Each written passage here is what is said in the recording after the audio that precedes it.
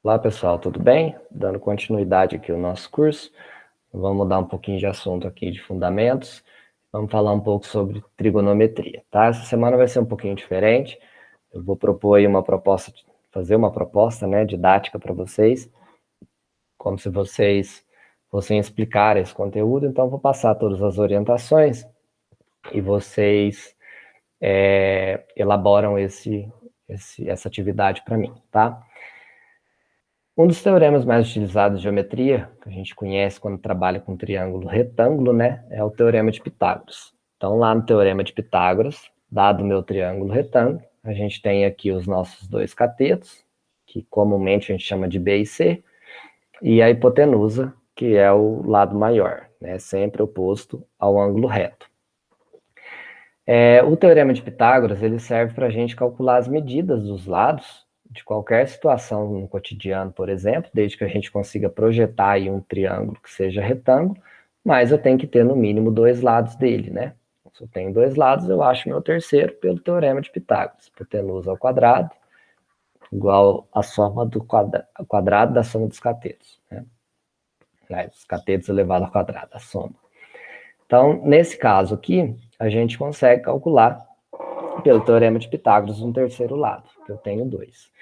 A trigonometria, ela já vai trabalhar mais como ferramenta, né, do nosso cálculo, porque nem sempre a gente tem como medir dois lados desse triângulo, seja ele um triângulo mesmo ou seja um triângulo fictício só para representar uma situação do cotidiano, né? Então a gente pensa que o teorema de Pitágoras ele é mais fraco para resolver certos tipos de problemas que a gente chama de problemas de medidas inacessíveis, né? Então, são valores inacessíveis que não tem como, o próprio nome já fala, né? Não tem como eu acessar essas medidas. Então, eu vou precisar de criar ferramentas matemáticas de modo que eu consiga fazer esse cálculo, né? Então, no caso de problemas de medidas inacessíveis, utilizando a trigonometria, basta que a gente tenha um lado e o ângulo, né? Então, se eu estou falando aqui de lado e ângulo, tenho que falar de trigonometria.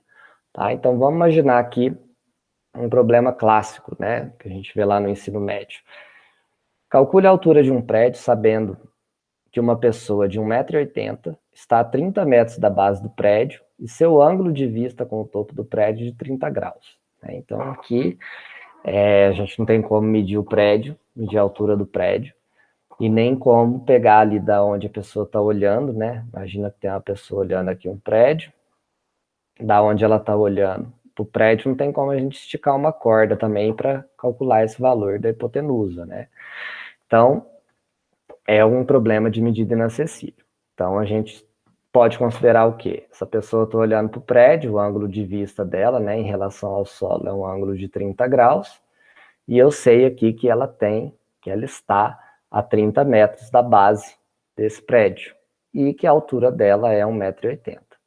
Então, como é que eu vou fazer esse cálculo aí de medidas inacessíveis? A gente trabalha essa sala de aula, é bem bacana para os alunos perceberem um fundamento aqui da trigonometria, tá? Então, consideramos a altura ideal, que a altura seja ideal e que o ângulo formado entre o prédio e o solo seja 90 graus, né? Porque a gente sabe que numa rua meio torta, né? Por isso que eu falei ideal aqui, a gente vai ter 90 graus entre o solo e o prédio, para que eu possa projetar um triângulo, esse triângulo ser retângulo e eu utilizar a trigonometria para fazer o cálculo dessas medidas inacessíveis. Então, pelo teorema de Pitágoras não dá para fazer isso, até porque eu quero saber a altura do prédio, eu tenho só a altura da pessoa, eu tenho essa distância aqui, mas eu não tenho nenhuma hipotenusa, né? Então, nem o outro cateto, que seria a altura do prédio. Então, nesse caso aqui, vale lembrar que quando eu tenho um ângulo reto, né, que seria ali projetado do prédio ao solo, esse meu triângulo retângulo vai sobrar dois ângulos, esses dois ângulos, vou chamar de alfa e beta, eles são complementares, porque a soma dos ângulos internos de um triângulo tem que dar 180 graus, então, basicamente, no problema, se aqui deu 30, lá em cima vai ser 60, né? Então, gente utiliza esses valores aqui como padrão. Então, esses ângulos que são formados tanto por um cateto e a hipotenusa, a gente define dois tipos de catetos, que o Teorema de Pitágoras não é o suficiente para a gente fazer. Então, se eu imaginar aqui um triângulo que seja retângulo, eu sei aqui que esses dois aqui são catetos e o A seria minha hipotenusa. Como eu estou falando dos ângulos agora internos do meu triângulo, né, seja o azulzinho ou seja o verde, eles vão ter referências, nomenclaturas diferentes para o B, para o cateto B e para o cateto C. Então, em relação ao ângulo azul, né, quem forma o ângulo azul é a hipotenusa e o cateto B. Então, a gente aprende lá em geometria, quando eu tenho dois ângulos que têm uma semirreta em comum a eles, né, eles são chamados de ângulos adjacentes. Então, esse meu cateto em relação ao ângulo alfa vai receber o nome de cateto adjacente, justamente porque adjacente significa estar do lado, né? Então, do lado do ângulo alfa aqui, a gente tem o B como cateto adjacente. Já em relação ao ângulo C, também é formado pela hipotenusa e pelo cateto. No caso, o cateto C aqui também vai ser cateto adjacente. Só que agora ao ângulo beta, esse ângulo que eu tenho aqui. Se eu já tenho um cateto adjacente, o cateto que sobra, em relação ao B, ele está sempre do lado oposto, né? Do lado oposto ao ângulo. Então, nesse caso, o C, ele vai ser o cateto oposto do ângulo alfa, enquanto o cateto B vai ser oposto do ângulo beta. Então, essa nomenclatura, a hipotenusa continua sendo hipotenusa aqui, ela não muda de nome, e essas relações feitas com esses catetos adjacentes, opostos e os ângulos envolvendo é o que a gente determina na geometria, na trigonometria, as ferramentas matemáticas, né? Eu comento com os meus alunos que, na verdade, a gente não vê trigonometria, a gente não vê seno na natureza, cosseno e tangente. São só ferramentas matemáticas para a gente fazer cálculo de situações do cotidiano. Então, relembrando as três relações principais, o seno de alfa é o cateto oposto pela hipotenusa, o cosseno de alfa é o adjacente pela hipotenusa, e a tangente de alfa é o oposto pelo adjacente. Se eu for analisar nesse desenho que eu fiz aqui, né, o cateto de alfa, o adjacente é B, então aqui nesse caso, o alfa, né, seria B sobre hipotenusa, que é A, o oposto seria C sobre A, e a tangente seria o oposto, que é C, sobre o adjacente, que é B. Referente ao ângulo beta, o adjacente é o C, né? Então, aqui seria C sobre A, aqui o oposto vai ser B sobre A, e a tangente B sobre C. Percebam que os dois ângulos complementares, né? A gente sempre lembra lá que o seno de um é o cateto, O seno de um é o cosseno de outro, porque os ângulos são complementares. Tanto que o seno de beta vai ser igual ao cosseno de beta, né? E a tangente, elas são inversas uma com a outra aqui. Então, como os ângulos são complementares, significa que o seno, cosseno e tangente são tabeladas, né? Então, se a gente tem ângulos complementares, eu tenho um alfa e um beta que soma 90 graus, então eu vou ter aqui um intervalo de alfa e de beta entre 0 e 89, né? Vou colocar entre 0 e 90 e vou tirar esse igual aqui, ó. E tirar o zero aqui também, porque não pode ter ângulo igual a zero, né? Então, qualquer valor real aí entre 0 e 90 está o alfa e o beta. Então, existe uma tabela, que é a tabela trigonométrica, já coloquei aqui, coloquei no material, mas a tabela trigonométrica a gente consulta os valores que são fixos, né? Já que são ferramentas matemáticas, então são valores fixos que vão auxiliar aí nas nossas contas. Outra coisa que a gente trabalha também, na hora de introduzir isso, depois do Teorema de Pitágoras, é perceber que os ângulos de 30, 45 e 60 são ângulos notáveis, né? Até são feitos aquela tabela que o aluno acaba decorando, o seno, cosseno e a tangente, né? 1, 2, 3, 3, 2, 1 e tal. Mas esses ângulos são notáveis devido à demonstração da diagonal do quadrado, né? Por que eu pego diagonal do quadrado? Porque a diagonal do quadrado vai me gerar, dividir, essa diagonal vai ser bissetriz, né? Então ela vai dividir esses dois ângulos em ângulos congruentes, significa que eu tenho uma situação aqui onde os dois ângulos são congruentes, obviamente os dois lados também são congruentes, é um triângulo retângulo isósceles, aonde nós temos ângulos de 45 graus. Então, por isso é fácil perceber lá, né, que o seno de um é cosseno do outro, e ambos têm valor raiz de 2 sobre 2, bem lá da demonstração da diagonal do quadrado. Já o 30 e o 60, ele vem do triângulo equilátero. Então, você tem aqui o triângulo equilátero, que tem 3 lados com a mesma medida, você traça uma altura relativa, né? Traçando uma altura relativa, você consegue aplicar Pitágoras nesses dois lados de cá. Como o triângulo equilátero, ele tem 3 medidas congruentes e tem 3 ângulos congruentes iguais a 60 graus, então esse ângulo de cá, na situação daqui vale 60, se aqui vai ser 90, né, porque a altura relativa ela forma 90 graus com a base, e aqui vai ser 30. Então, através dessas relações aqui, a gente também determina os valores tabelados de seno, cosseno e tangente, tá bom? Essas são as ideias principais que a gente trabalha um pouco no ensino médio aí, para vocês pensarem aqui uma proposta de como que a gente vai fazer. Então, vamos resolver isso aqui. Vamos agora, a gente já tem todos os elementos para resolver o nosso problema. Então, vamos fazer aqui a situação, né, onde que eu vou calcular a altura daquele prédio. Então, vamos fazer bonitinho.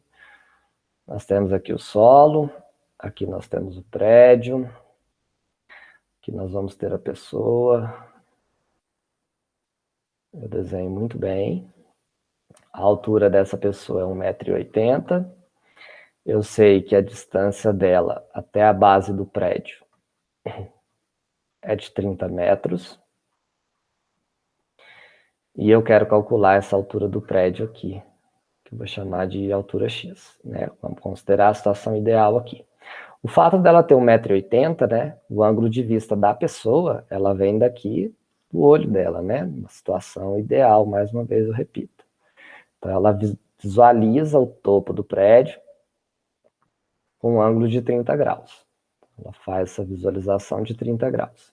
Então, se a medida do prédio aqui é x, né? Vou separar da seguinte forma. Eu vou colocar x, este pedaço, da altura do olho da pessoa até o topo do prédio. Vou achar esse valor de x. Eu não posso esquecer no final em adicionar o 1,80 m dela, né? Que no caso seria aqui a altura do olho até o chão, né? Então, 1,80 m. Repito mais uma vez, é óbvio que se a pessoa tiver 1,80 m, o olho dela não fica no topo da cabeça, né? Então, é só uma situação realmente hipotética, que ela tem 1,80 m de altura, mas que esse 1,80 m esteja considerando a altura dos olhos até o chão, né? Então, para fazer sentido aqui o meu problema. Então, aqui nós temos duas retas que são paralelas, né? Esse segmento imaginário aqui é paralelo ao solo, então aqui também vai ser 90 graus. Aqui seria uma transversal, né? Aquela matéria que a gente já sabe.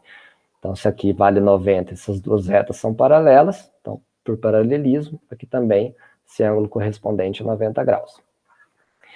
Então, vou calcular agora essa altura. Então, a gente faz a projeção do nosso triângulo. A projeção do triângulo é essa. Essa é a medida x, aqui o ângulo de 30 graus, e a distância dela até a base do prédio é 30 metros, né? Então, a gente tem esse valor aqui. Uma das características que a gente trabalha lá no ensino médio é identificar quais são os valores que eu tenho. Primeiro, eu tenho um ângulo alfa igual a 30 graus. Referente ao ângulo 30, quem forma ele? É sempre a hipotenusa e um cateto. O cateto que forma ele é o cateto adjacente. Então, nesse caso aqui, a gente tem ele, que é o cateto adjacente. Tirando a minha hipotenusa, né, que seria essa linha imaginária aqui, me sobra o outro cateto que está do lado oposto do meu ângulo. Então, o meu cateto oposto vai ser o x. E a gente vem e observa qual relação trigonométrica envolve cateto oposto e cateto adjacente. Tem que ser essa relação para eu ter um valor numérico e ter o x. E o ângulo de 30 graus, independente se eu calcular seno, cosseno ou tangente, o valor dele é tabelado. Então, eu vou ter número aqui, número e letra. Eu consigo calcular o valor de x. Então, a relação que a gente envolve aqui é a tangente, que é dado pelo cateto oposto, pelo cateto adjacente. Então, agora a gente faz as substituições. Eu quero a tangente de 30 graus, que vai ser igual ao cateto oposto, que vai ser x, sobre o cateto adjacente, que vai ser 30. Olho na minha tabela trigonométrica qual que é o valor da tangente de 30.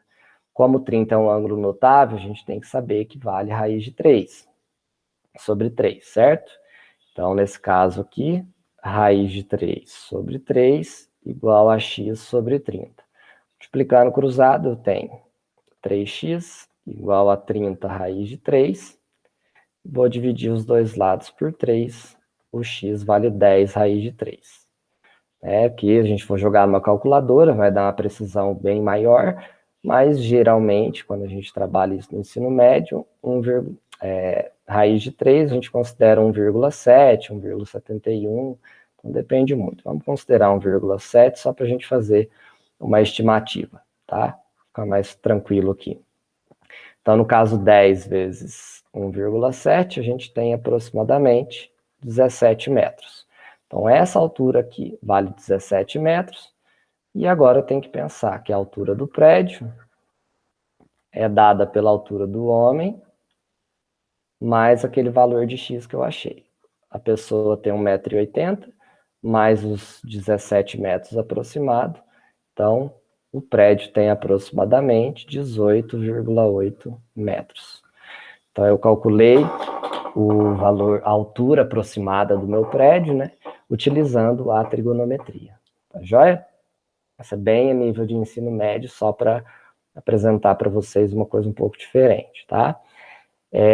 Então, o exercício dessa semana, o que você vai fazer? Então, você vai elaborar uma atividade dessa disciplina, tá? De geometria plana.